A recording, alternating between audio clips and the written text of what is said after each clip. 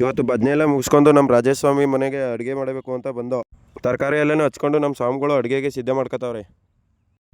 ಬಾತೆಲ್ಲ ready ಆದಮೇಲೆ ನಮ್ಮ ಮದಾನಿ ಸ್ವಾಮಿನೂ ಕೆನ್ ಸ್ವಾಮಿನೂ ತಿರ್ಗಕ್ಕೆ ಶುರು ಮಾಡ್ಕೊಂಡ್ರು. ಆಮೇಲೆ ನಮ್ಮ ಸ್ವಾಮಿಗಳೆಲ್ಲ ಬಂದು ಭೋಜನ ಸ್ವೀಕಾರ ಮಾಡ್ತಾವ್ರು. ಅನ್ನದಾನ ಪ್ರಭುವೇ ಶರಣಂ ಅಯ್ಯಪ್ಪ, ಆರ್ಯಂಗಾವ ಅಯ್ಯನೇ ಶರಣಂ ಅಯ್ಯಪ್ಪ.